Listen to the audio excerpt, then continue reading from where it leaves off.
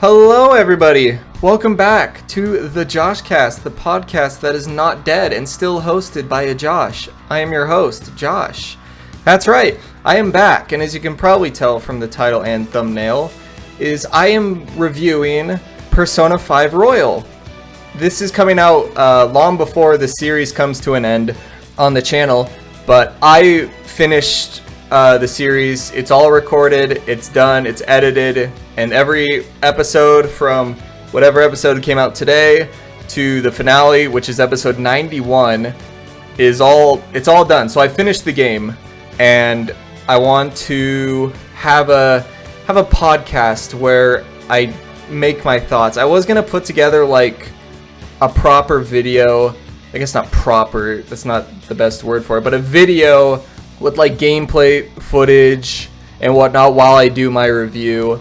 But I decided I didn't want to do that because maybe it's just me, but whenever I am watching a game review, I always prefer just to listen to it, because if I'm watching the visuals on screen, I tend to like zone out, I guess, of what is being said because I'm too busy paying attention to the visuals. That might be just me, but I thought I'll make a podcast. It's a reason for me to do another episode of the Joshcast because there isn't really a whole lot else going on. And I can still make a video, probably a long one, where I get all my thoughts out on Persona 5. So today is July 1st, 2022, and I'm recording this. And I finished Persona 5 Royal last Saturday. Today's Friday, so 6 days ago. So I've had some time to kind of gather all my thoughts together and just write everything down, write a bunch of notes. This isn't like scripted or anything. I just wanted to have some notes that I could refer to as I go through this. So some quick background. I am by no means a Persona veteran. My first Persona game was 4 Golden, and I played that a year ago when it came on sale on Steam. And I played through it the first time. I wasn't expecting much from Persona. It was a game that was on sale. I'm like, oh, this looks kind of interesting. I don't know if I'll like it, but I'll play it. Played through Persona 4 Golden, and I loved it so much that I went back and I 100%ed it. I got all Steam achievements for Persona 4 Golden in 2 playthroughs, and I loved it. The game was so much fun. The story was incredible, and I knew I had to play 5.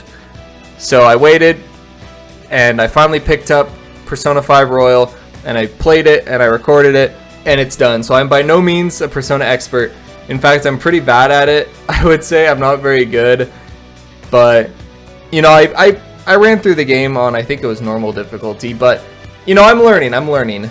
So another thing is that I guess it's a spoiler, but if you're familiar with Persona 5 Royal and you know the story and you're here just trying to get my thoughts, this isn't really a spoiler to you, but I missed out on the true ending for Persona 5 because I'm gonna say I have no idea what the true ending is or like what comes after, but I looked up like a non-spoiler on Google of like how to get true ending because I was curious, like, am I on path to get true ending? And it turns out I'm not, because I didn't get a high enough social rank with Akechi, because I only got his like rank 6, and I didn't get a high enough support with the therapist dude who is voiced by Ferdinand von Ayer, rest in peace.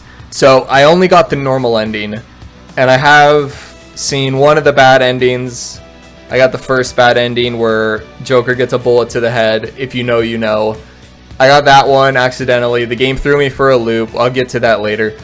But I just want to give a disclaimer that I have only seen the normal ending. I am currently running through Persona 5 Royal again, and I'm following a guide that will not only help me get a whole bunch of the achievements for the game, but also get me down to the true ending. Another disclaimer, this video will contain spoilers for both Persona 5 Royal and maybe Persona 4 Golden, depends on how, I guess, much comparison. I'm not going to try to do too much comparison with Persona 5 Royal and Persona 4 Golden because I plan on making that its own video where I discuss in a video format, probably not a podcast, like an actual video, where I compare Persona 4 Golden and Persona 5 Royal and just lay out my thoughts on both of them and which one that I think is better. So yeah, those are the only disclaimers I have, and just remember that I am new to this series, so I'm not a veteran. So if you watch my playthrough of it, you're going to see me probably make a lot of really dumb moves and ignore a lot of social links, which I understand now that I ignored a lot of social links and that I neglected some of the important ones that I thought were going to be naturally progressing, like Akechi's. Spoiler alert, I was wrong, so don't judge me too hard on that. So what I'm going to do for this, I'm going to get into the pros first, what I think are the pros of the game, then I'm going to get into the cons, then I'm going to give my overall thoughts and opinion on the game, and then I have like some questions for veterans of the series, or people who know this game really well and the story, because again, I've only seen the story once, and I'm sure some of these questions I'll answer when I see the dialogue again a second time, but there are some questions that I have for people at the end, and that's kind of how this is going to go. It's going to be a very simple video. So the first pro that I want to talk about is the soundtrack for the game, and this is something that I definitely hear the community talking a lot about Persona games, is the soundtrack. Persona 4 had an absolutely incredible soundtrack, and I didn't think it was possible for it to be one-upped, but Persona 5 comes in and, in my opinion, does as good of a job, if not a better job, with the soundtrack. I don't know how to like properly describe it. The soundtrack for Persona 5 is just so energetic and upbeat. It's incredible. I still listen to it even after I've already finished the game. Like, I have some going right now here in the podcast, also some of my favorites. But the soundtrack just slaps. Like, River in a Desert is incredible. Arc is incredible. Like, I can't name them all off the top of my head because I'm still like learning them and whatnot.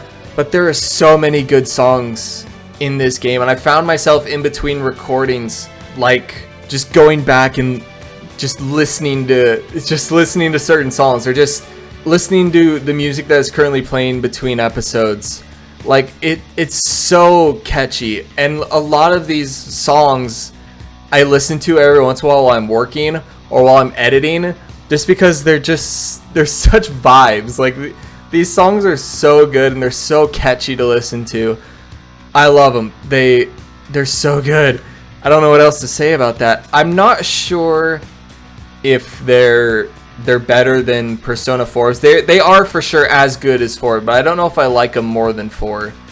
That's something I'm still debating. I'll probably go back sometime and listen to the entire soundtrack for 4 and then the entire soundtrack for 5 in one day, and then just listen and like listen and compare them, so that way when I do the comparison video, I'll know better how I stand in relation to one another. But overall, no matter what, the soundtrack for this game was incredible. Like, I could listen to it all day. It is absolutely incredible. The second pro in this game, and this in my opinion is a really good one, I love this, it's the map.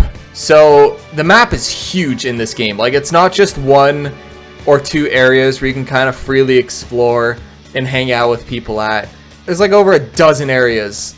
Like, I know that's an understatement, but I didn't unlock all the areas. I don't know how many there are in total, but there was a lot that I unlocked. And each one has like a different area where you can like go and either meet people at, or invite people to, or like go shopping at. Like, the map is insane. It's massive. It's not like open world, which is fine, like there are loading zones and whatnot, but it makes you feel like you're actually exploring Japan instead of being confined to one or two towns.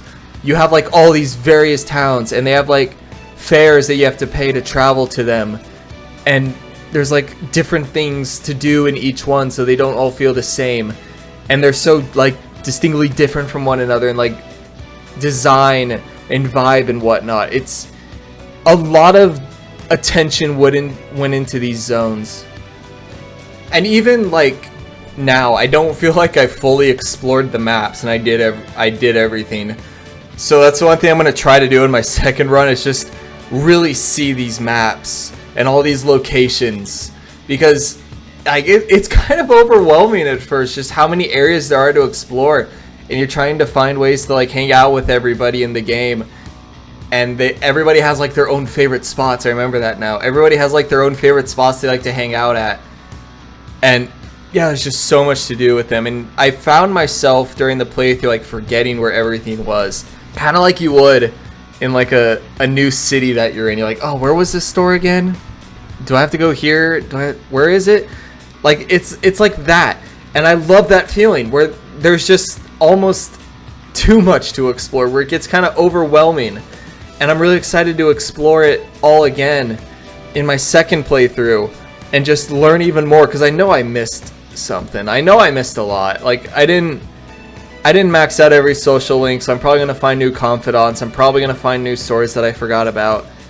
Like that adds to the replayability of this game. It doesn't add like a huge amount to replayability, because not many people are gonna replay this game just to explore the maps.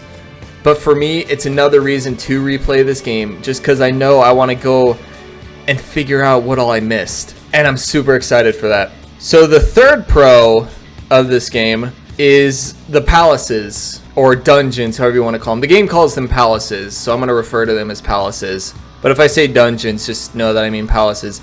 I'm going to do a bit of comparison here to Persona 4, but lightly though. In Persona 4, the dungeons were all randomly generated. Like usually there was like 10 floors in a dungeon. At least I think it was 10. But the layouts were all randomly generated. Like you'd go through this kind of like maze-like area and you would look for the stairs to advance. It was very simple, and there were occasionally shadows sneaking around that you could ambush and whatnot. But in Persona 5, the palaces here are very much improved, to the point where it's not randomly generated. Like they're their own maps, and they have like their own objectives and gimmicks and whatnot. Like Shido's Arc, it's like you turn into a mouse, you and everybody turns into mice, and then you like run through passageways to unlock doors and whatnot. And like there's the Yusuke Palace, where you're like identifying paintings, like which one's real, which one's not. I can't name them all for each one, but they all have a distinct theme and layout to them that makes them all feel very unique from one another. Whereas in Persona 4, they're all just kind of reskinned of the same palace. Like they have different aesthetics and whatnot, but the layouts are always usually the same in terms of how they're generated. So I really like that. That was one problem that I had with Persona 4, but they fixed it in Persona 5, and I love it. There were some palaces that were forgettable or really annoying, like Okamura's, for example, but there were other palaces that were just incredible, and I'm super excited to play through them again because they were just so much fun. Like Futaba'S palace. I think Futaba had the best palace in the game, but that's just me. I'm going to talk more about comparing the dungeons and palaces from 4 and 5 in the comparison video, but I wanted to state that a huge pro for me for 5 was that the palaces were very much improved from 4, and they were a lot more fun to play through, and they were a lot more memorable. Because I don't remember a whole lot about the Persona 4 dungeons besides like soundtrack and some aesthetics, but maybe it's just because I've played 5 so recently. But I just feel like I remember a lot more from the 5 palaces, for better or worse. The next pro about the game is huge. It's a huge quality of life one for me, and it's that bench units level up. In previous Persona games, apparently, because again I've only played 4, bench units didn't level up. Like in 4, if somebody wasn't a part of your main party, they weren't gaining experience, just being on the bench. But in Persona 5, bench units level up, and I'm pretty sure it comes from a confidant that you unlock that, but I don't remember whose social link it is that gives you that.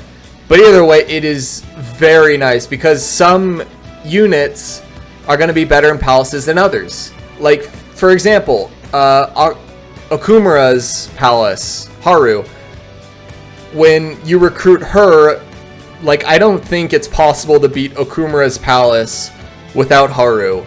Like, that's the palace he joins in, and without her psychic, assuming you don't have anything good on Joker, I'm pretty sure that palace is impossible without her. And even then, if you have, like, a good persona on Joker on a non-New Game Plus run with a bunch of different magic use, Like, that is... I'm pretty sure the Okumura fight is going to be impossible. Because... I'll get to him in a little bit, but you have to, like, juggle him. You have to, like, juggle the waves of enemies. And if you don't, they're just going to blow up and respawn and start all over again. Which it makes Haru so good, because she hits a lot of the units for effective damage. But after the Okumura Palace, I didn't find Haru to be very good. Like, she just kind of sat on the bench after that and didn't really get used. But again, I'm playing on normal difficulty. But it's kind of the point I'm getting at, where... like, some units are good for one palace and not very good for another, and then they become good again later, so it kind of swaps out your party. Like Ryuji. Ryuji for me was in the starting lineup for all the palaces, but I benched him in Futaba'S palace because Cognitive Wakaba just kept kicking his ass and would get just one mores every turn because she just hits him effectively every turn, and he just wasn't very good, especially when she was flying around. So having your bench units level up and being able to cycle them out, it was just insane. It was very helpful. And there was also the social link, I don't remember whose it was either, I think it was Mishima's, that let you swap party members in battle, which I didn't really remember until late game, which I regret not knowing that. But again, I'm new to this and new to the mechanics of the game.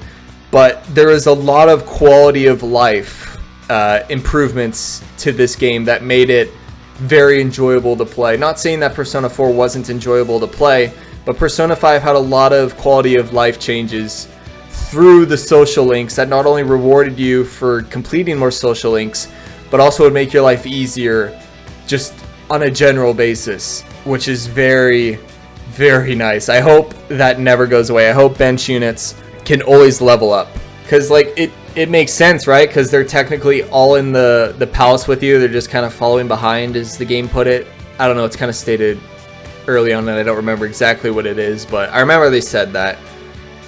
Next thing I really liked about the game is the story.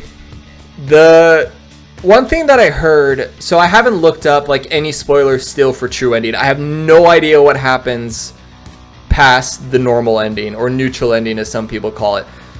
But one thing that I hear about is that the story people feel is rushed in the end. And I get that. I kind of agree, but I'll get to that in a minute.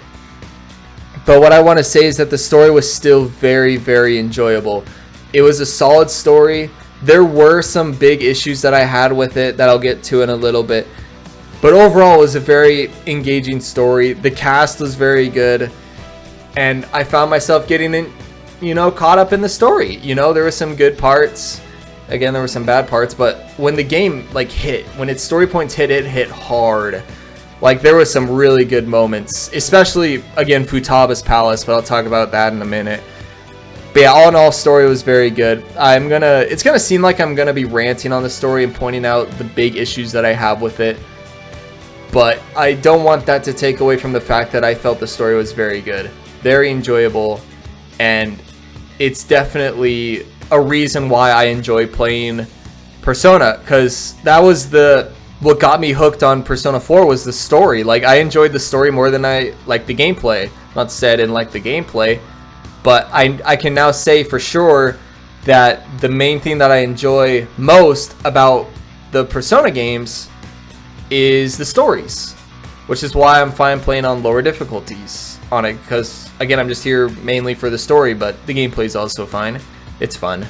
But yeah, next thing that I want to talk about, as I've kind of been teasing for a bit here, is a pro for this game that I wrote in my notes is anything involving Futaba. It's funny because it just sounds so silly to read, but everything about Futaba in this game was incredible. And it all started out with her palace. Futaba, in my opinion, had the best palace. The Pharaoh Futaba Pyramid, or whatever you want to call it. The only bad thing about that palace was the Cognitive Wakaba fight, which I thought was bullshit, but that's besides the point.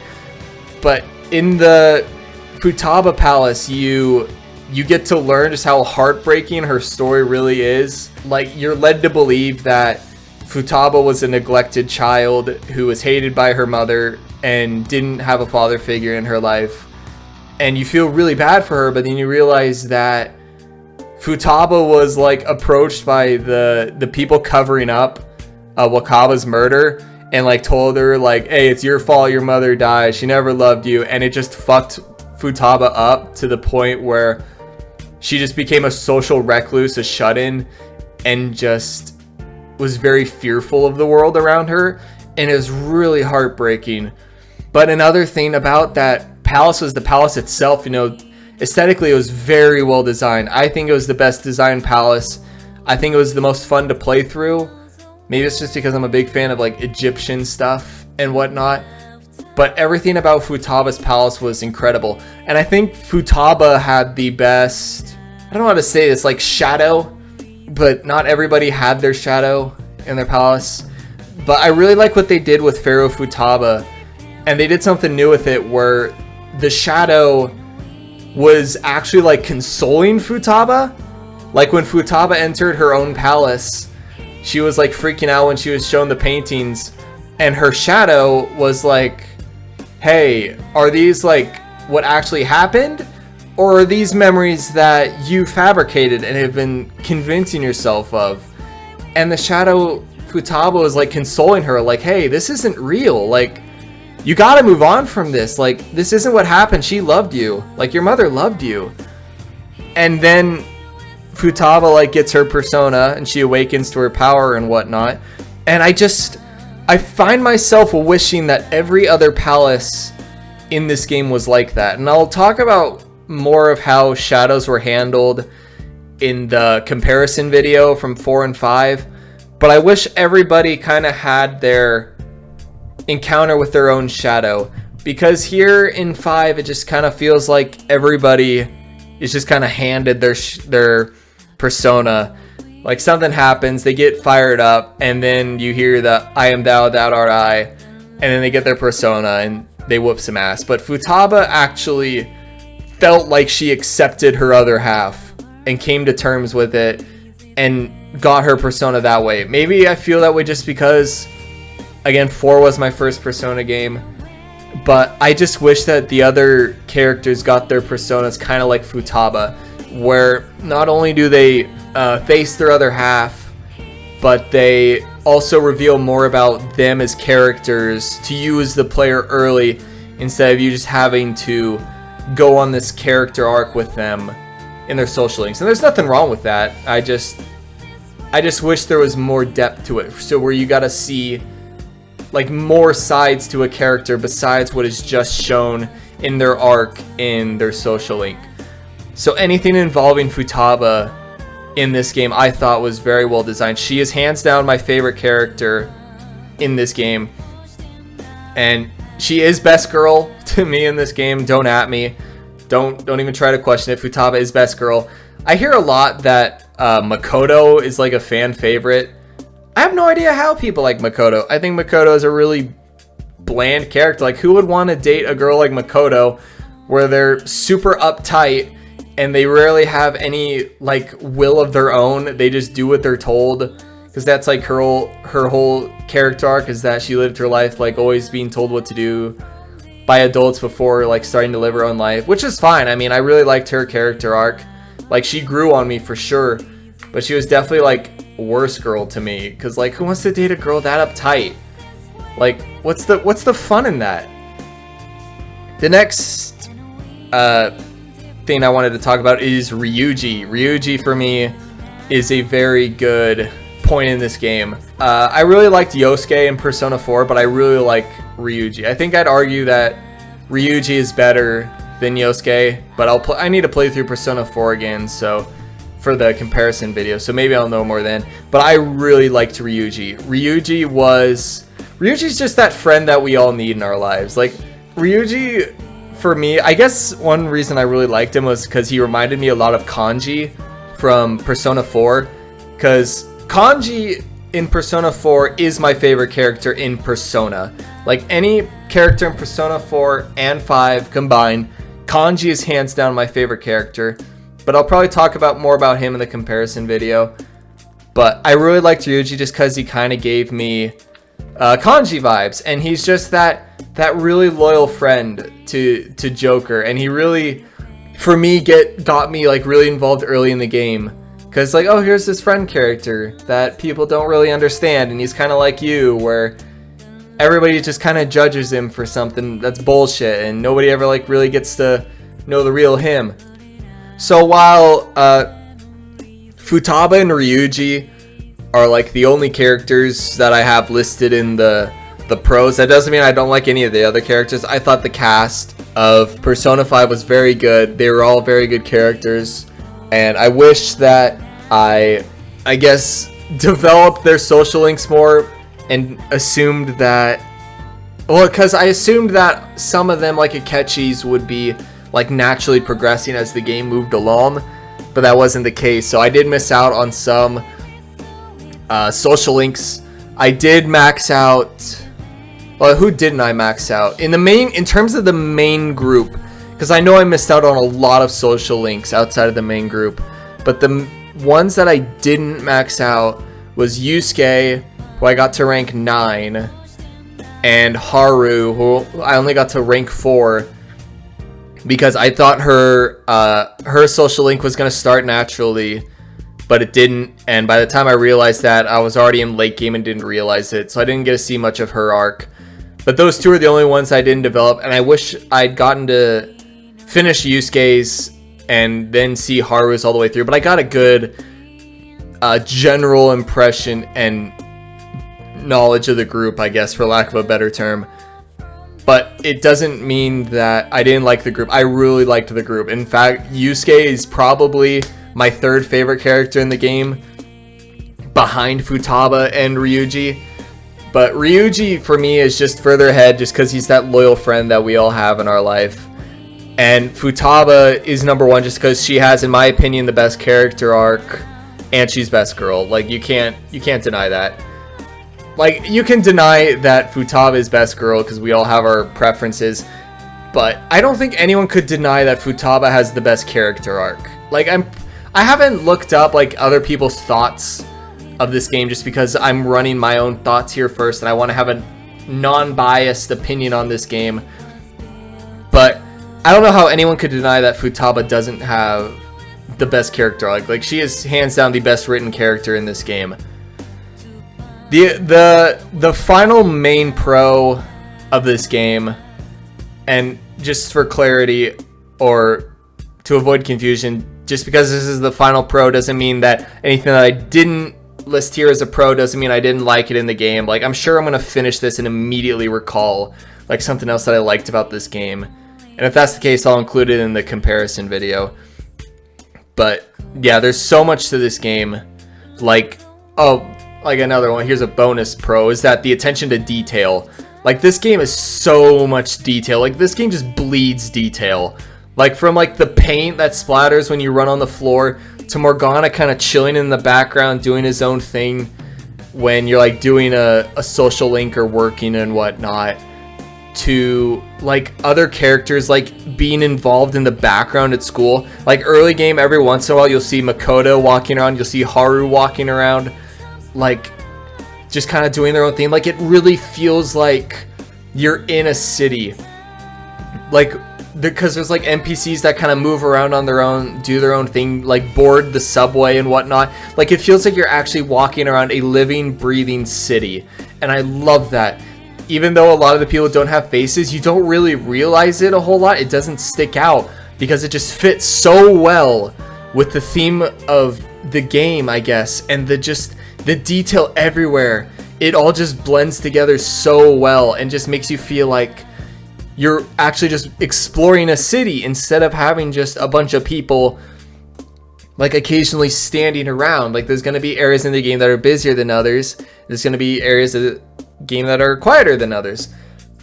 And I love that. It just adds so much personality to this game. It adds so much soul to it. And it really just shows that the game developers and everybody who worked on this game just had such a passion for it that they would go to the lengths of detail that they did. And I wish I kept a list of every time that I noticed like a really tiny detail that that caught my eye that makes me think somebody went out of their way to do this. Somebody went and gave the extra 110% effort to include this game. And this is honestly, in my opinion, the best looking JRPG game I have ever played. In fact, I can put it up there for one of the best visuals for a video game I have ever played. Like, beyond JRPG, just video games in general, this is probably one of the best designed video games I have ever seen in terms of visuals and attention to detail.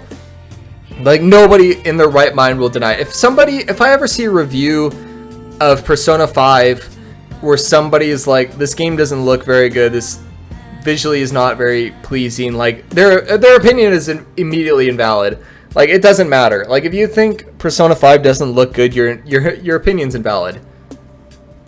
So, leading back into the final main pro that I had was the final boss for Neutral Ending, the God of Control. When I started this boss, and I started, like, doing the first few attacks, not on the, I guess, the Chalice phase, but his, like, final form phase, where he has just so much HP and he gets so many hits, I'm like, man, this is gonna suck. This boss is way too squishy, but we'll get into that.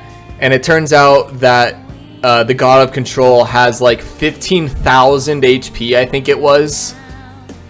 And thankfully for his final phase, that physical moves could also hit him, even though he was definitely very far away. Because if you had to do this fight with just like special moves or magic or whatever, like you would run out of SP before you finished this boss. Like, this boss was very tanky, and if it wasn't for the fact that physical moves could hit it, like, it would be a very annoying boss.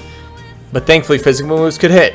But that's not why I like this boss. What I like about this boss is that it is not ever changing, but it has different, like, phases to it, I guess, where, like, he'll bring out an arm, and, like, one arm will have a gun, another arm will have a book, one will have a bell, the other will have a blade and whatnot. And when he brings out a different arm, it'll have, like, a different effect on the battle, like, it'll do a different thing. So the battle is always changing, and it makes you kind of change your strategy as you go along, and that's what I like about it. I'll talk about this here in a little bit when I get into the cons. But one thing that I don't like about not just Persona 5 bosses, but Persona bosses in general, because there was some of these in 4, it's the bosses where they do the same kind of routine, the same moves over and over, and they're so squishy that you're doing the same things over and over, and nothing changes. You're just doing the same rinse and repeat cycle the whole way through, and nothing changes. But with the God of Control in 5, is that he isn't very predictable. Like, one minute he'll pull out a new arm that does something, or another turn he'll generate an arm that you destroyed, or he'll pull out an arm and do one of the 7 deadly sins and, like, have an effect on the team. So your strategy is always changing throughout the fight. You're not doing the same thing, which makes the fight, at least to me, seem like it's going by a lot quicker, because, like, you're always waiting for the next thing. Like, all right, what's he gonna do next, and what do I have to do? Like, should I go all out with my SP here and worry about these arms, or should I take this opportunity to heal on the off chance that something big is coming? Like, you don't know. And I love that, because you're not doing the same thing. It's always changing. And so I can really appreciate this final boss, and I don't even mind how squishy it was, because just, it always kept me on edge. And that's what a final boss should be. It should be something that tests your knowledge of the game, and something that tests your skill in the game. And the God of Control did that. It tests your knowledge and how well you can efficiently keep your party healed and free from debuffs, and, you know, how well you can conserve your SP and kind of pace yourself, while also forcing you to kind of strategize, like, oh, when's he gonna do this, or when is he gonna regenerate one of his arms back, or, like, towards the end of the phase when he brings back all of the arms at once and you have to deal with them all again. Like, it was incredible. Like, I don't know how to describe it. I really enjoyed that final fight. It was very rewarding to finally beat it. It wasn't even like bittersweet. It was just an all-around solid boss fight. And I'm honestly excited to play through it again. I don't know if this is going to be the... Well, obviously it's not going to be the final boss for True Ending. I don't know what the final boss is for True Ending, but I know it's going to be not him, because there's going to be like more. But I wonder if he's going to be back when you go down True Ending route. I would imagine that he is, but I hope he is. But point being is that I'm looking forward to fighting this boss again. This boss was a very good final boss, not just for a Persona game, just for gaming in general. This is a very good final boss in terms of gaming. Now, I want to go back to something that I kind of skipped out on. It was involving the story and how people say that the ending was rushed. And this is going to kind of lead... This is going to be kind of my transition from pros into cons. Is that I kind of agree to an extent that the ending was rushed. The main part of the story from the very beginning up to the interrogation was very well paced. I thought. I enjoyed it. The story was great, leading up to the Sai interview where you get caught up. But after that, it does kind of feel like the game is rushing itself. Like, I thought it built up the Shido Palace fine, like that wasn't rushed, but everything after that was just rushed. Like, it was just kind of hurrying you along into the metaverse dungeon at the end. Like, oh, we're doing this now. No time to really kind of enjoy everything. And then there's the part where Joker gets arrested and he serves time, so the game like skips ahead. Then you come out and then you do Valentine's, and then it skips all the way ahead again to March for the ending. I don't know if there's going to be like more content in those months in True Ending. I would imagine there is, but we'll find out. But I don't like how the game just skipped February and March. Like, let me have that. Like, let me have that time. Let me use that time to like do more social links before like sending Joker away. But I don't know. That's my thought. So I can understand why people think that the story was rushed. I do think it was rushed a bit in the end, but I'm not like super bothered by it, just because it didn't feel, I guess, out of place. Like, the first skip was, it made sense because Joker was behind bars, like you were arrested. It wouldn't make sense to have you play out the life sim from behind bars. That just wouldn't be good gameplay. So I can get that, but the other skips after that I don't like. I think there was so much more they could have done. I think there was story that could have been made to like show the bond between the friend group, which I'll get to in a minute. But it could have been better, but it also could have been much worse. So now I want to transition to the cons of the game. The parts of the game that I did not like. And there were quite a few. There were some things that I did not like in this game. Now, I divided up the issues that I have with this game into 3 categories: minor issues, mild issues, and major issues. All right, minor, mild, and major. For me, the minor issues are ones that were just kind of a personal preference to me, something that I don't think held the game back at all. It didn't hurt the game, but if it was fixed or done differently, then it would have made the game a lot better. And then there's mild issues where I did feel like it hurt the game for me in terms of enjoyment, but I don't think it hurt the game so much to where it's going to be like a go-to complaint I have about this game. Like, it's an issue that I have with the game. It makes the game a little worse in my opinion, but it's not like the end of the world.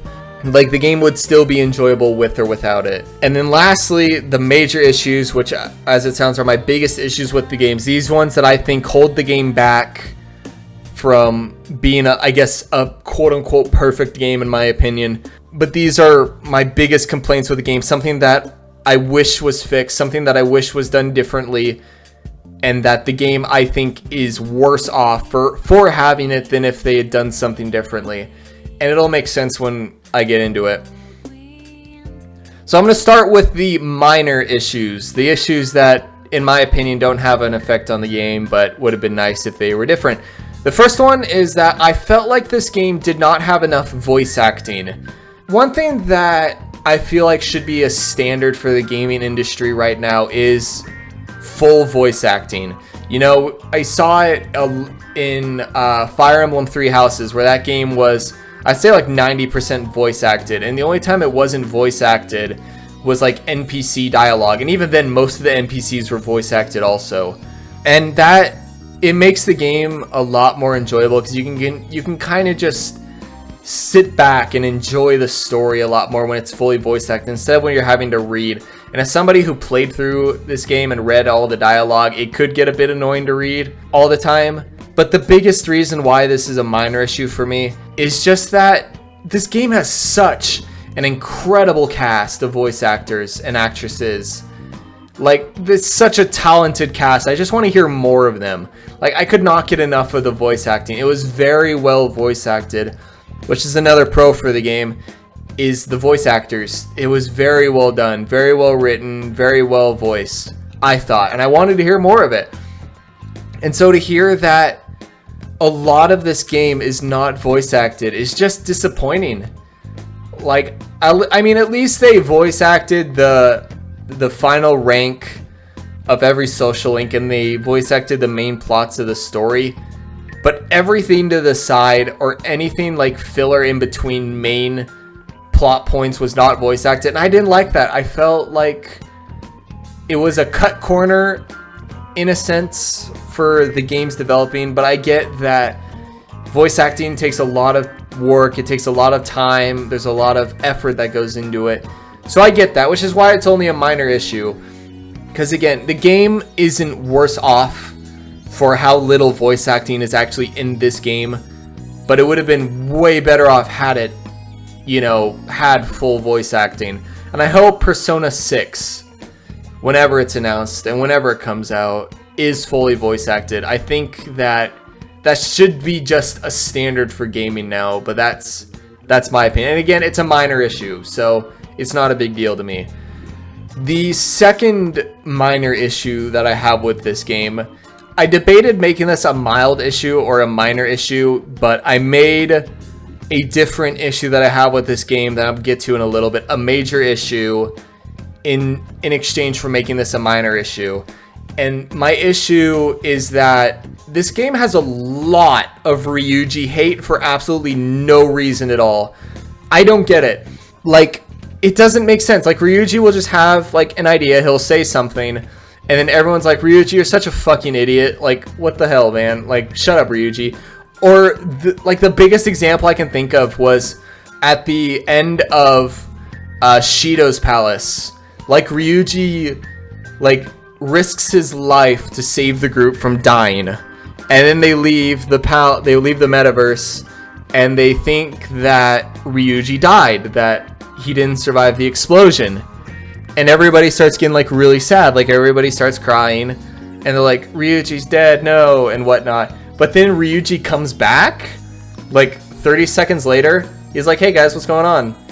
And all the girls get mad at Ryuji because he survived, and then they beat him up. Like, they get mad at Ryuji and beat him up because he survived when they thought he died. Like, that is, I don't know if that's just bad writing or the writers of this game just really committing to the bit of making Ryuji just the butt of all jokes and just hating him for absolutely no reason. Ryuji did nothing wrong. Ryuji was like the best friend for Joker this whole run. Like, he was just a solid dude, and everybody just hates him for no reason. Like, even in the Joker dialogue options, there's always like an option to be just an asshole to Ryuji. Like, he'll have an idea and he'll give you like a dialogue option, like, that's a terrible idea, Ryuji, or you're so dumb, Ryuji. Something like that, just to be an ass. And it makes no sense. Like, the guy didn't deserve any of the hate that he got, and he was like bullied the whole game by Morgana for no reason. But no, like, Joker's the cool one. But I don't get the Ryuji hate. And that's, again, that scene at the end of Shido's palace was infuriating to me. Like, your boy risks his life, nearly dies, and you get pissed at him because he survived when you thought he died. When I saw that play out for the first time, I was like, oh, they're finally, you know, gonna appreciate Ryuji, and this is gonna be like a turning point for everybody sees him. But no, everybody just hates him. And I don't know why that's like such a running gag for the Persona games, at least for 4 and 5, because Yosuke was kind of the same way in 4. But granted, Yosuke was incredibly horny the whole game. But for the game developers, it seems just to be this running joke that the best friend of the main protagonist is always just the butt of every joke. And I don't get that. I don't like it. It's like, why does everybody hate Ryuji? There's no reason for it.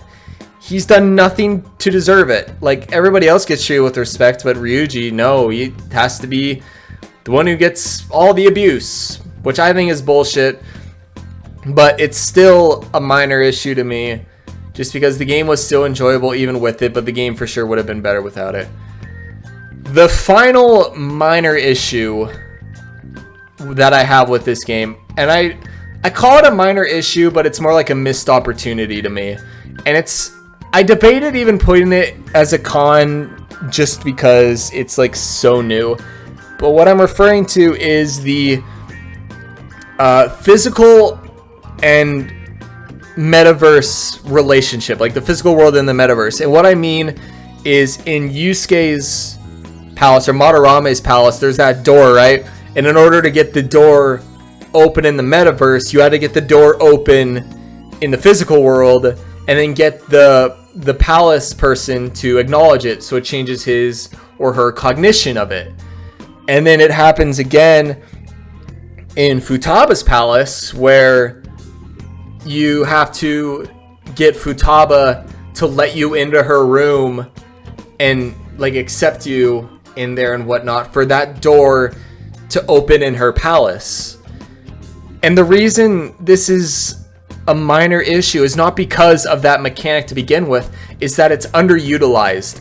I wish there would have been like more with this, but instead of just like opening a door, maybe there could have been like object manipulation where like you can like place an object in an area, and then that object, when it's acknowledged by the cognitive version, it translates into the metaverse and can give you like an edge in the metaverse, like an extra like advantage. Or like maybe you do something like, oh, we need this item removed from the area because it's like a threat to us. Or maybe there's like a pet or something, like a cat or something, and it just seems like a cat in the real world, but in the metaverse it's like an unkillable boss, because that's how like someone would like perceive it. So you have to like go to the real world and move the cat into a different room, which would in turn move the boss in the metaverse to a different area and allow you to proceed. So you would have like an overlapping puzzle between the physical world and the metaverse. And I thought that would have been such a good idea. Like, have more like thievery in the, for lack of a better word, in the physical world that would affect the metaverse and the dungeon crawling. Like, does that not sound like an incredible idea?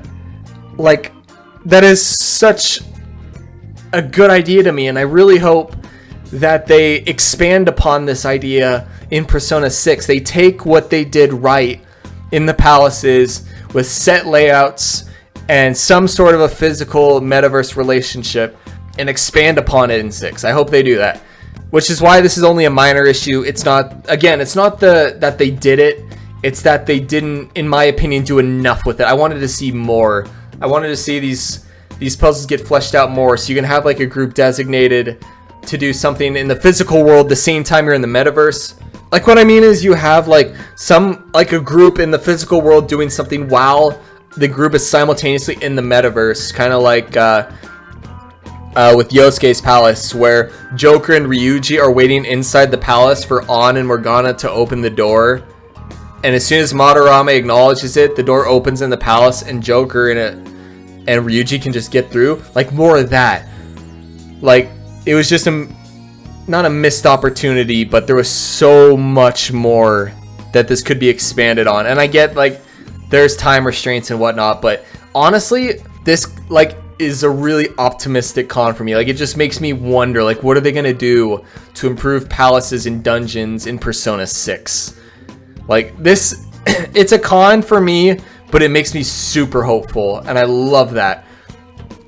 So now we're gonna get into the mild issues that I have with this game, and there's only one, actually. And it's something that I kind of teased earlier in this video, and it's that bosses in this game can be kind of unfair, to put it smoothly. And there's two that come to mind. The first one is Cognitive Wakaba.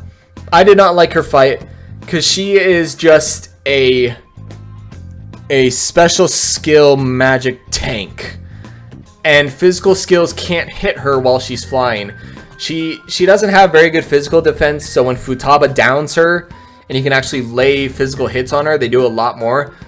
But Futaba only uses the ballista and downs her twice. One early in the fight and one at the very end where it doesn't even really matter anymore.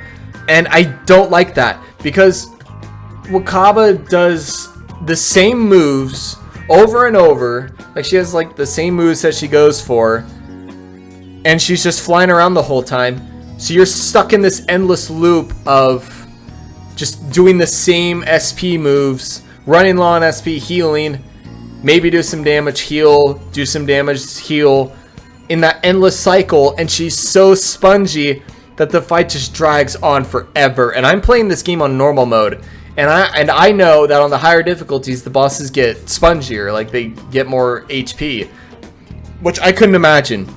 The other boss fight that I had an issue with was the Okumura fight, and the problem that I had with that fight is that it was just straight up unfair. Like, you have 6 waves of enemies, and if you don't kill them in 2 turns, they explode, deal a shit ton of damage to you, and then respawn as a new fully healed wave. And on top of all that, you have a 30-minute timer. Like, that fight was just straight up not fair. Like, I don't know how anyone justifies that fight. It is bullshit. And again, there was some good boss fights, like the final boss. But Wakaba and Okumura are just part of a larger issue that I have with Persona bosses. Again, not all of them, but some of them, where they're just so squishy. And there's nothing really, like, about them that evolves throughout the fight that is making you stay on edge and adapt your strategy. You're doing the same things over and over. And I don't like that. I think that, in my opinion, the boss fights for Persona 6 should be overhauled and scrapped and done new and improved, like they did for palaces from Persona 4 to Persona 5. Like, they're completely different. They're night and day between Persona 4 and 5 in terms of dungeons. And I hope they do the same for the bosses for 5 and 6, where hopefully in 6 the bosses feel more fair and they don't feel like a one-trick pony where they just absorb a shit ton of damage and do the same moves and just get boring. Like, some of these bosses are just boring. But give us boss fights that really challenge what we've learned through that palace. Like, make it like an exam for what you like had to do to get through the palace, like a regular video game boss would do. This might be a bit of a hot take, but I feel like in terms of video game bosses, Persona 5 is generally behind in terms of enjoyment from bosses. Like, most video game bosses, like I just said, will test your knowledge on what you learned through a dungeon or, you know, a level.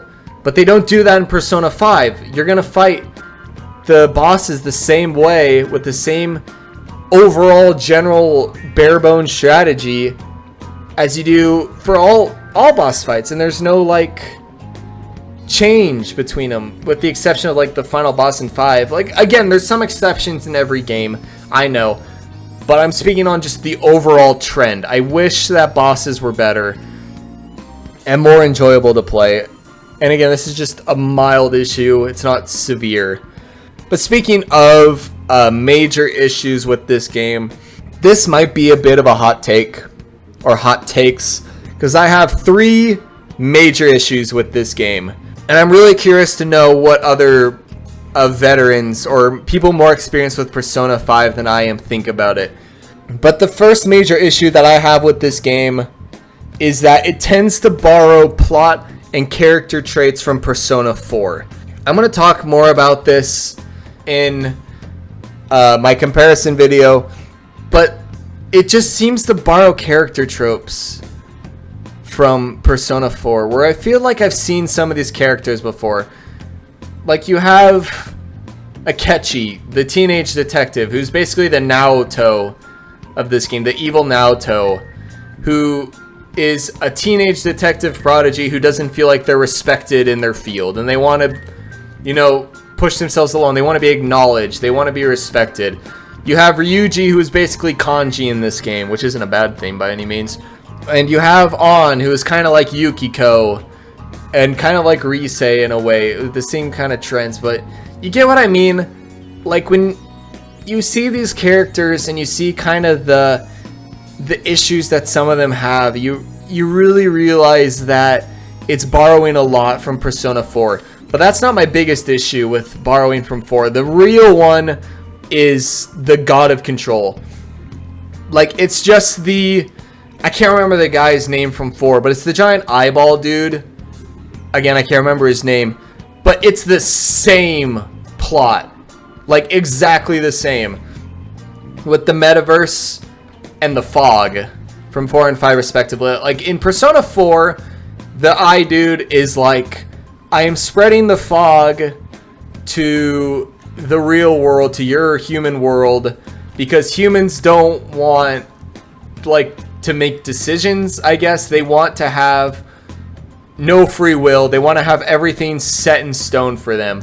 And then you come in with your group and you're like, no, that's not what all of humanity wants. We're going to prove our will, I guess, and the true desire of humanity, and that we don't want the fog, and that we don't want to all become shadows. We don't want the shadow world to merge with the real world and whatnot.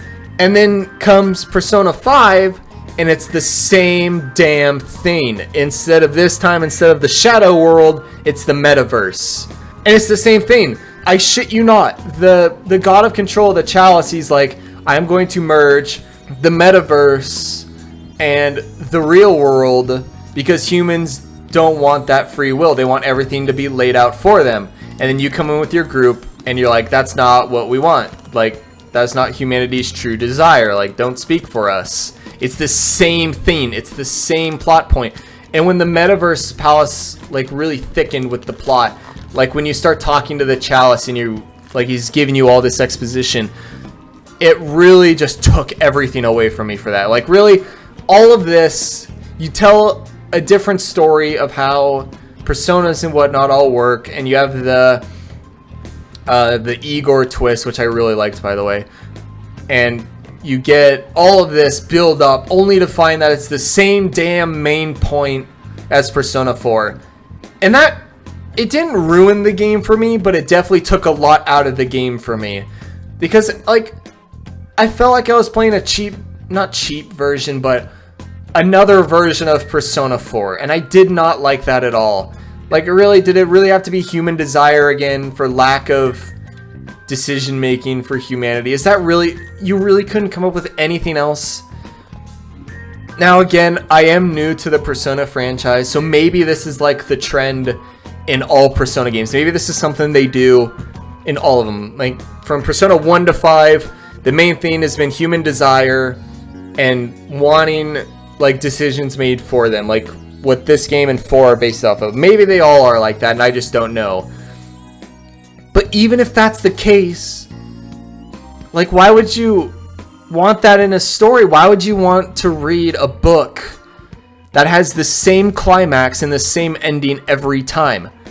Like, if I knew Persona 6 was going to come in and have the same thing where you fight who you think is the big villain, but it turns out they're being manipulated by an even larger power who is driven by humanity's desires for lack of free will. Like, that, would you not immediately lose a shit ton of interest for Persona 6 if that was the case, because you would already know what the story is. Like, you've played it before.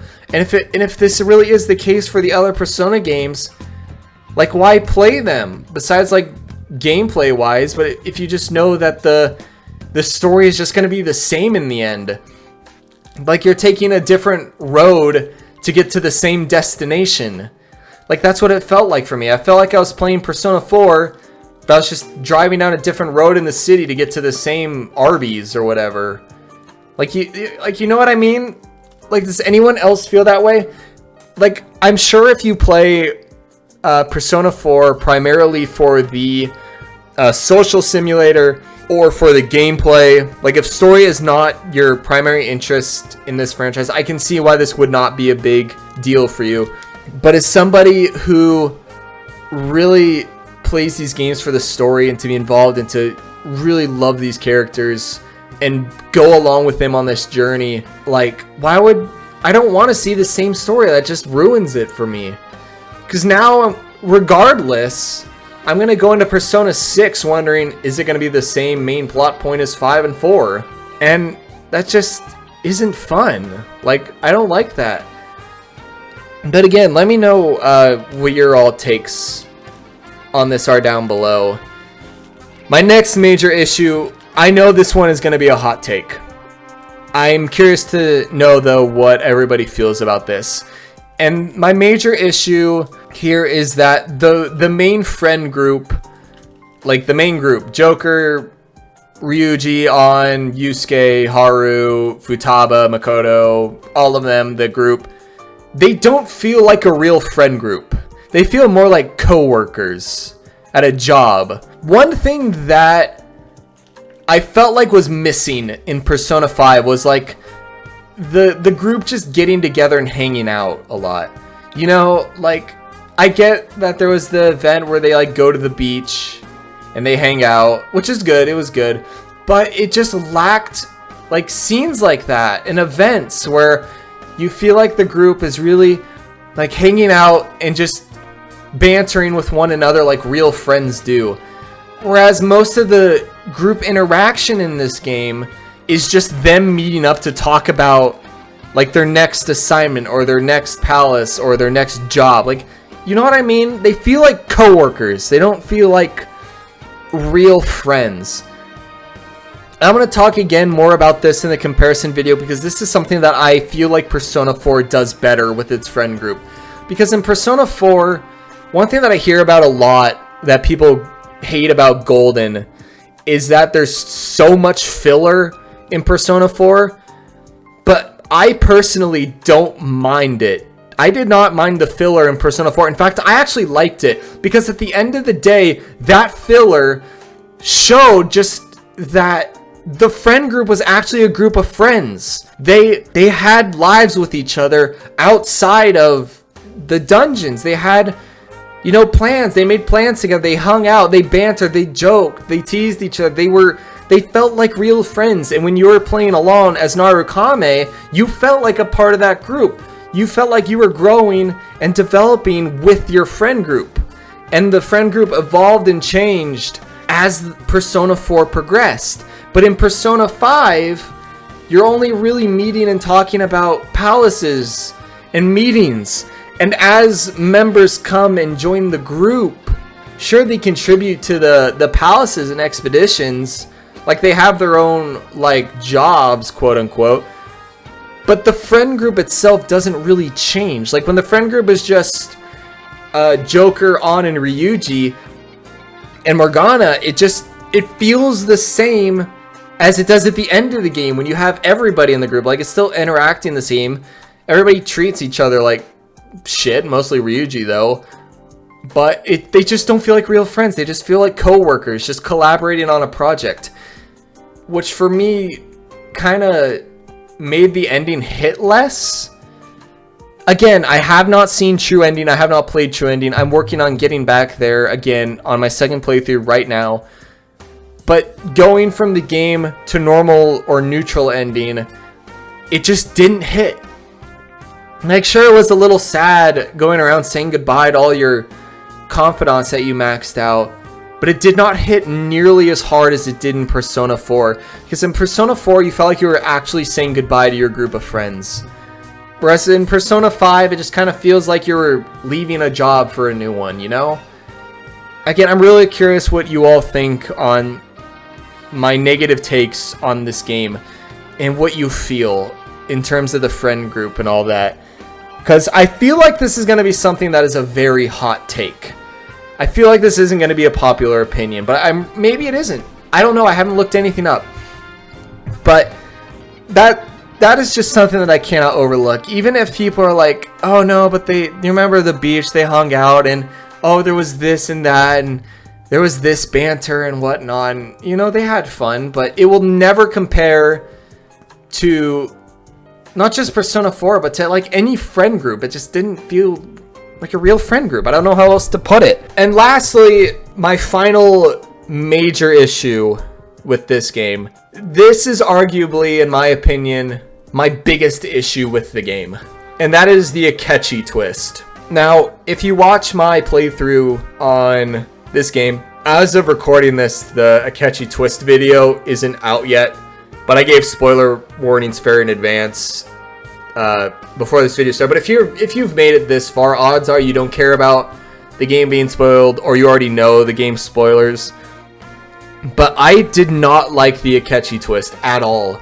I thought it was very, very manufactured. Like, it was a forced, manipulated reaction, which is obviously what the game was going for, but it was just not good. I did not like the Akechi twist. And as I was saying with my series, is that the reason why I had such a oh my gosh reaction was because of how out of the blue it was. But then as the game progressed, I realized that it was so out of the blue because they removed the scenes from the game as forgotten memories that showed the group sussing Akechi. Like the group being like, yeah, Akechi has some ulterior motives. And then they got rid of the scene where Futaba'S asked to bug his phone so they can listen in and later like discover his plot through his phone calls. But the game just presented it as Futaba just taking his phone out of just her being very kind of weird and quirky like that, when in fact there was a reason for her doing that, and they removed the scene so you as the player would be kind of in the same boat as Akechi. I guess it's just kind of hard to explain. Like I said, they removed every scene where they're like discussing about Akechi and being like, yeah, he's definitely up to something. This is all too weird. He's definitely playing us for some reason. And they just removed it. And I find that it's complete bullshit to have it explained as simply a forgotten memory. And then when it all happens, they're like, oh, I remember now all of this. Like, how is Joker, during all of that, executing the plan to bust Akechi when he doesn't even remember it in the game's canon? Because again, when he's doing the interviews with Sai and all this and all the interrogation, which is part of the plan is going down, Joker doesn't remember that Akechi was bad, which the whole interrogation was the huge crutch. Like, it was the central pillar in their plan to catch Akechi and prove that he did have an ulterior motive and that their assumptions were correct. That makes no sense to me. It makes absolutely no sense that you're explaining it as a missing memory when the entire plan revolved around Joker knowing that Akechi was going to do something. Like, that's a huge plot hole to me. And it's totally manipulated by removing those scenes, because of course you're going to get the reaction that you want out of people because you removed those scenes. But when you think about it, and when they say that the memories come back, it doesn't make sense. Because, like, like I said, why would you do that? That doesn't make sense for Joker at all, for him to just magically forget. Because keep in mind, he was arrested in the palace, in Sai's palace. He was caught because Akechi led the police force into the palace, which was like the huge play of the palace. They knew something was going to happen, which involved them hiding the treasure, making a fake and whatnot. So Joker had to have known, because that's why they split up, because they knew something was going to go down. They needed Joker to be alone to bait Akechi's plan. But according to the game, he didn't remember that, apparently, even though also according to the game, they discussed it shortly before going into the casino. So they talk about the plan before going into the casino. They go in, Joker forgets everything, goes into the interview, which is the huge part of the plan. And then after the interview and everything works out, he's like, oh yeah, I remember now. Like, that doesn't make sense. Like, I know people are going to say, oh, it was because Joker was drugged, right? He was drugged because there was like the needle and whatnot. So his mind was probably hazy and he forgot it, which I would call bullshit. Because he remembered everything else about the first part of the game up to the Psy interview. Because the whole game is him, I guess, retelling the story to Psy. Like, hey, first we did this, then we did this, then we met so-and-so, and then we did that, which is how our group is all victims of the metaverse all conveniently hanging out. And he's referring his story to Psy in the interrogation. So he can remember all of that. He can remember everything from the start of the year, but he can't remember everything involving Akechi. Like, that is just selective forgetful memory. That makes no sense. So even if you rely on the crutch that the drugs made him forget everything about Akechi, that doesn't make sense from a plot standpoint because he remembers everything else. It's just not believable. And I honestly think, and again, I want to know your guys' thoughts on this also. But one thing that I keep saying to myself is I think the game would be better if all of the Akechi scenes were left in from the beginning. Like the first, I believe the first part in the game where canonically everybody starts suspecting Akechi is when he acknowledges pancakes at the movie studio, even though Morgana was the only person who mentioned anything about pancakes. And the only person who can like hear Morgana are people who have been to the metaverse, which I didn't catch at first. So honestly, that's good on you, game, for being sneaky like that. I actually really like that. But I feel like if they left all those scenes in where, like, afterward Morgana's like, hey, did you notice something weird about that conversation? Like how Akechi acknowledged that I was speaking, like, or how in the school when he comes over, he like acknowledges Morgana before they even know that he's been to the metaverse, implying that he's already like been around and he's been like super knowledgeable about everything when he gets in, which again, I didn't notice.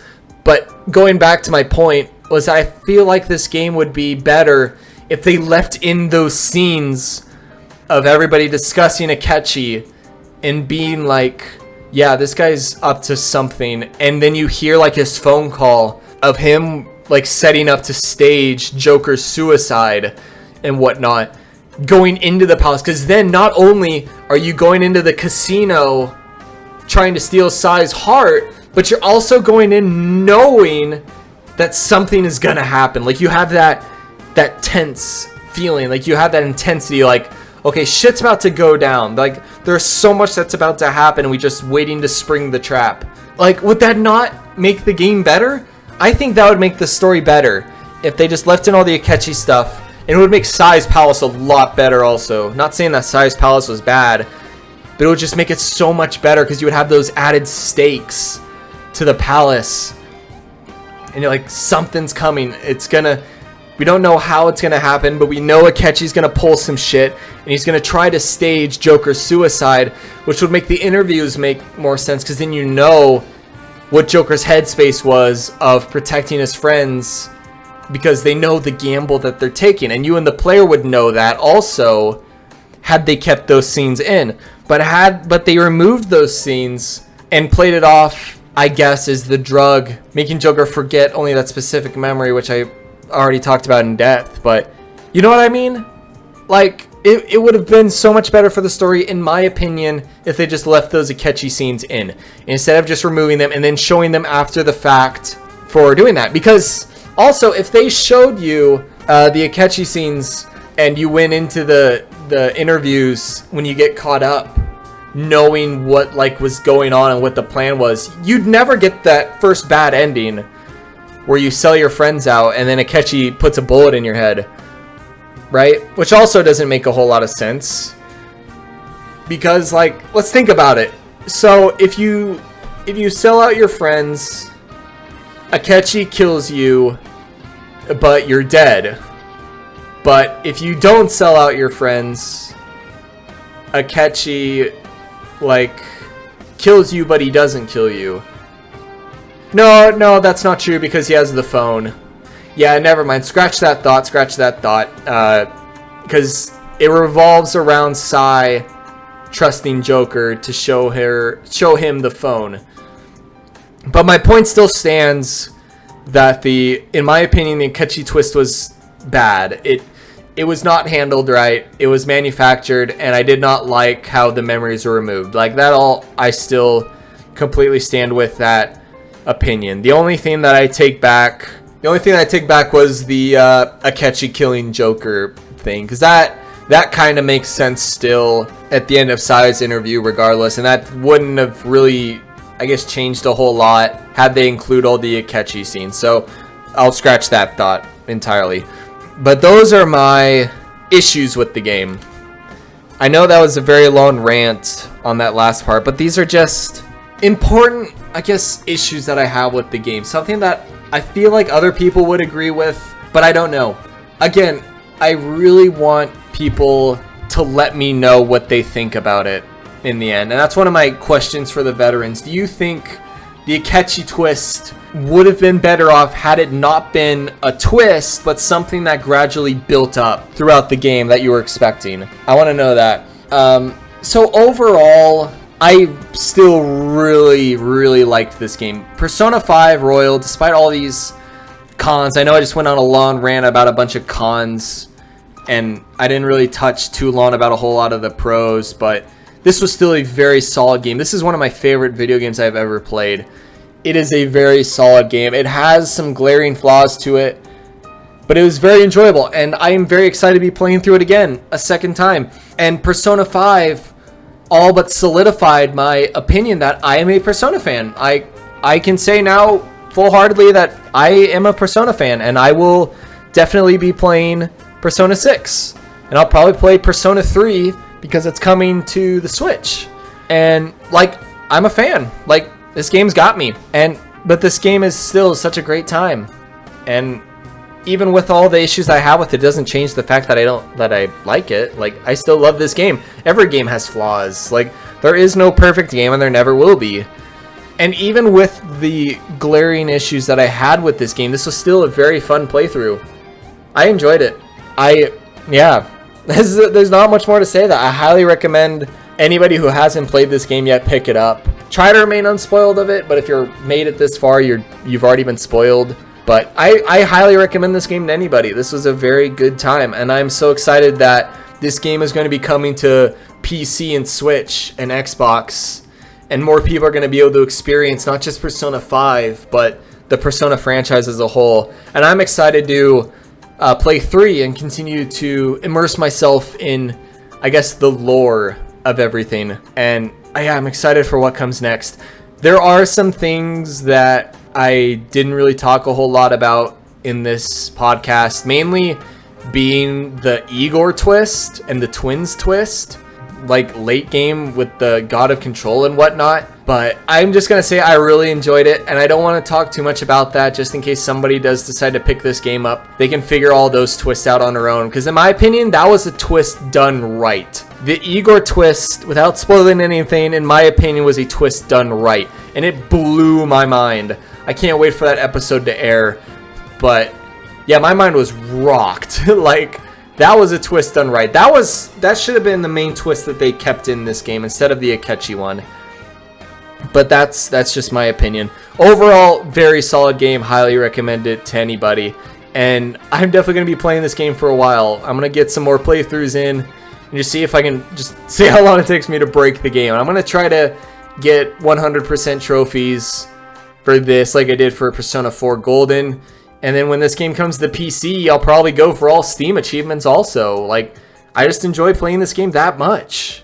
So, lastly, I said I have some questions for any veteran of this series or longtime fan of this series who knows this game better than I do, which doesn't take a whole lot of experience. But I have some questions that I hope somebody will be able to answer me down below. And there's 4 of them. The first question I have is, why does Futaba'S outfit change in her own palace? Like, it's established in the game that you change your outfits in the Persona, or not in the Persona, in the palaces because the shadow version of the person whose palace you're in sees you as a threat. Like, your clothes automatically change. But why does Futaba'S change in her own palace? Like, her shadow is actively, like, consoling her and, like, walking with her. Like, hey, you know, this is just a fake memory that you made. It's not real. Your mother loved you and whatnot. Like, the shadow is helping her in her palace come to grips with reality. Like, it's like a flip from how the shadows worked in Persona 4, where the shadows are like the negative side of yourself, the side of yourself that you're suppressing, which is Shadow Futaba, to be fair. But you know what I mean? Like, Shadow Futaba is the truth that Futaba's been suppressing, but it's coming back to help her. So how does Futaba change outfits if the shadow clearly does not see Futaba as a threat? Like, the shadow clearly is not threatened by regular Futaba. So why does Futaba's outfit change? I don't get it. Like, it's a pretty, like, non-important question, but it's something that just makes me think. Like, just going off of what the game's lore would have you believe.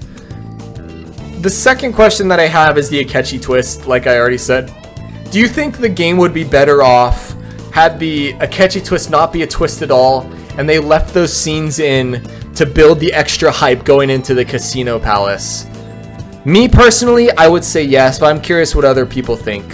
Whether you're a veteran or not, if you've played this game through and through, I just want to know what your thoughts on that are. How do you think Akechi should have been handled? Again, I don't know, like, true ending or if anything new comes to light. I do still stand by my prediction that Akechi survived, because Sai is like, late game, like, oh, Akechi's missing, which doesn't make sense. So Akechi is very clearly alive. And I'm gonna assume he comes back in the true ending of some kind for some reason, whatever. But yeah, let me know what your thoughts on the Akechi twist are. And the next question that I have is, what are your thoughts on Persona 5 Royal? Because I've seen not a lot of, like, I don't know how to say this, like, everything that I've heard that I've accidentally stumbled upon, because again, I have not gone out and actively sought out other people's opinions on this game. Just from what I've seen, it seems like people all really love this game, but people all think that the ending is rushed. And I'm really curious to know what your thoughts are on just Persona 5 Royal as a whole. What are your thoughts on the story and all that? And the last question that I have is, what are your thoughts on all of my takes? I'm really curious, especially on my cons for this game, my major takes. And reminder, my major takes were that it borrows plot from Persona 4, that the friend group doesn't feel like a real friend group, they feel more like co-workers, and that the Akechi twist should not have been a twist. Those are my main takes. I'm really curious to know what your guys' all thoughts are on it, because I really want to know where, like, my opinion stands relative to the community as a whole. I'll do more research into it once I finish True Ending. But for those of you who have also played through this, I just want to know what your thoughts are on everything, and also what your, like, pros and cons of the game are, because I feel like I touched, like, the big pros of this game, being the soundtrack, the maps, and the story, as well as the final boss. I think those are something we can all agree on that were very good. But yeah, those are all the things I wanted to talk about with this game. I'm sure there's gonna, like I said in the beginning, I'm sure there's gonna be other things that come up later in, like, after I finish recording this. But if there are, I'll be sure to include it in the Persona 5 and Persona 4 comparison video. And I don't know when that's going to be coming. That's going to be like a full-on video, so I'll need to get footage for both of them. I have the footage here for Persona 5 that I can go and grab from my channel, but I'll need to record some Persona 4 footage, which is fine anyway, because I was going to replay that game anyway, just so I can refresh myself on everything, so I can do a full-on comparison between 5 and 4. So I'm actually going to be running through Persona 4 and Persona 5 Royal at the same time to, like, take notes and make my full comparison video. So I have no timetable for when that will be out. Other channel updates. Carson and I are planning on bringing back the Nuzlocke. He's done with school, and I'm done recording Persona 5 for now. So we're going to be bringing that back. I hope you're all looking forward to that. It's going to be a blast. The Nuzlocke's been so much fun so far. Not sure what its schedule is going to be, but it's coming back. It's on its way. Speaking of Persona 5, this is, while I did finish the series, I'm going to be bringing it back once I go down the path of true ending. So probably once I get to the God of Control, because I assume he's going to be back, and then everything beyond, I'm going to start recording again up to true ending and then just continue the series. So episode 91 is going to be the finale, but whatever episode the true ending is on, that's going to be like the second finale. So it's going to be like season 2 of my first time playing Persona 5 Royal.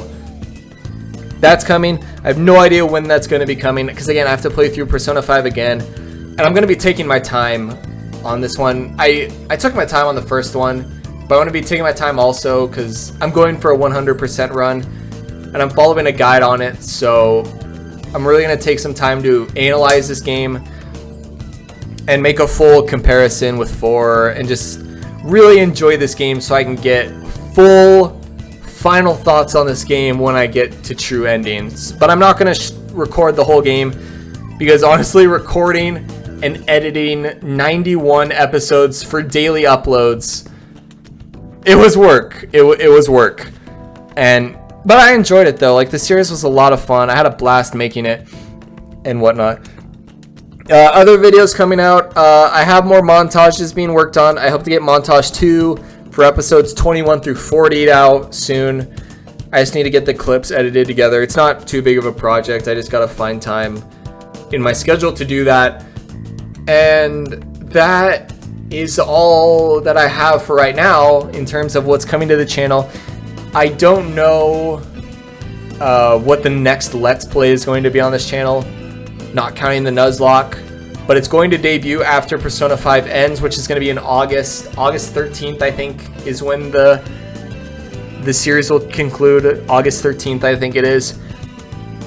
But I should have the next Let's Play ready and decided by then. But as of right now, I don't have any idea of what it's going to be or what other videos I'm going to be making.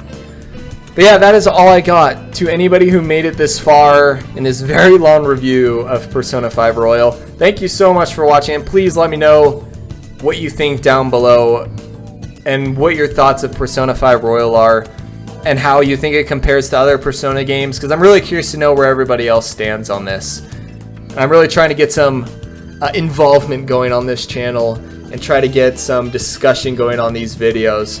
So if you take the time to just leave a comment down below, like, I'll do my best to respond to it. I reply to everything that I know isn't like a scam or a bot or something. But yeah, that's all I got. Thank you everybody so much for watching, and I will see you all in the next video, whatever that may be. So yeah, bye for now.